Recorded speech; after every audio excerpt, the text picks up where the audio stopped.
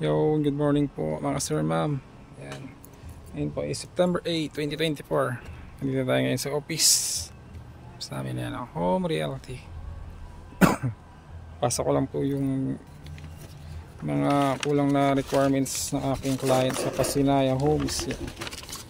Pasok kasi siya. Yan, gano'n tayo ka-hands-on sa client natin. Tayo na po nagpunta sa bahay nila kasi wala siyang time. Kulang pa kasi yung requirements na napasa niya. Ay, ito na. Pero may block and lot na po siya nabigyan na end unit. Pasok tayo sa loob. Home Realty. Sa mga gustong kumuha ng bahay, message na lang po kayo. Mamaya may client pala ako for tripping sa Pagsikat tsaka Pasinaya, Musonai, Cavite. Ang schedule namin is 1 PM pa. And update ko na lang kayo mamaya.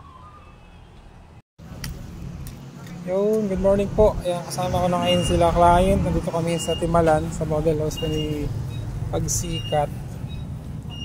Ma'am, ito po is yung dating sukat ni ni Pagsikat. Ito kasi Pagsinag.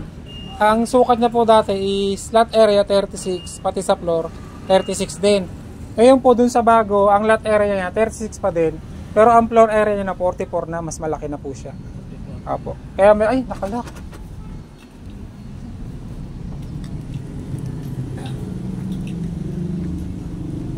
Nakalak. Nakalak pa nila. Pasinaya to sir eh. Pasinaya. Oh, ay, ito yung isa ma'am, di ba dalawa sinend ko sa'yo ma'am? Ito po yung Pasinaya. Ang lot area naman po nito is 30, tapos sa floor 32. Kaya mas malaki po ang monthly ni Pagsikat. Kasi pansinin nyo po, 44 po yung floor area, ito po 32 lang. Tsaka si Pagsikat po is prepared 2 bedrooms. Tsaka naka-sliding window na po siya. Pasok kayo sir. Kaya ang ano po kay Pagsikat, ito po kasi nakarap, kay Pagsikat po naka-finish na siya. Tapos slab po ang second floor niya, ito kasi Pasinaya, nakaganito lang. Kay Pagsikat po is buhos. Ito yung monthly nito 4.6? Apo, 4.6 po. Kay Pagsikat po is 7.5. Ang advantage lang dito sir, wala kayong mabayaran down payment. Tapos walang reservation. Kasi yung 10K po, for processing ko lang po siya. Ang 3K po doon, processing sa Meralco. 3K sa tubig. Tapos yung 4K po sa requirements po na ipapasa niya. Ano po kasi ito eh, pag pina-turnover po sa inyo, nakuha nyo na po yung susi. 1 month, pag dilipatan nyo na siya, nakakabit na po yung ilaw tsaka tubig.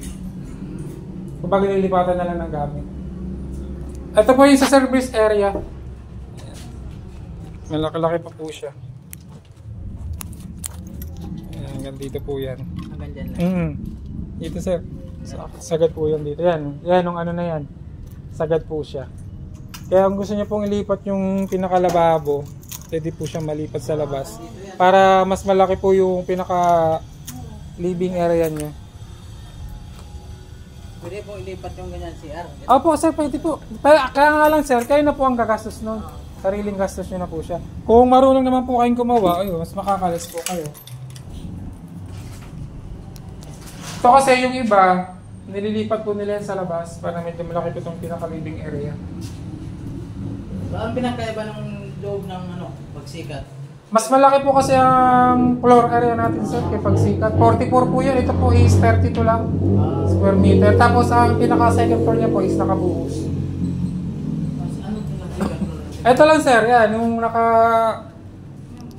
ito yung pinaka-flooring niya, tapos bakal. Ito po is 1 bedrooms lang kasi talaga si Pasinaya.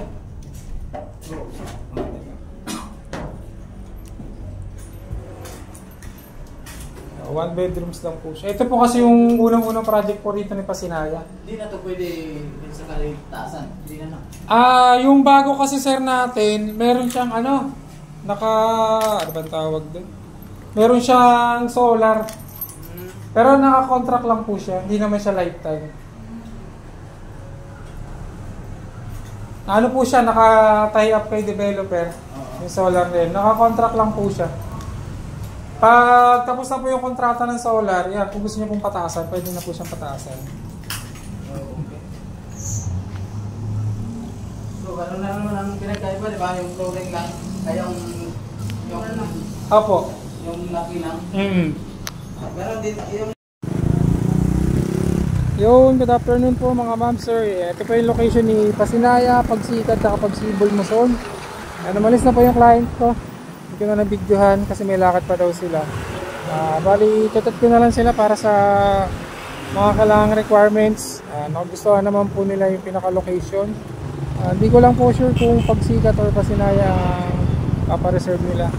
Baka by this month po, makapagpa-reserve na po sila. Sa mga gusto po mag-avail, Pasinaya po ang record income natin is 13,000. Kay Pagsikat po is 21,000. Pwede po co-borrower. First degree, kapatid, magulang.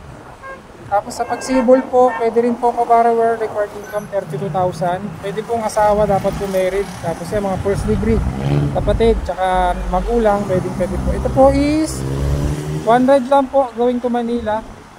Via Cavitex Bongdan ng mga bus natin. Ito po pinaka-landmark, clean fuel. Kung kayo po ay nag-work sa part ng Maynila, yan, hindi po kayo mahihirapan dito.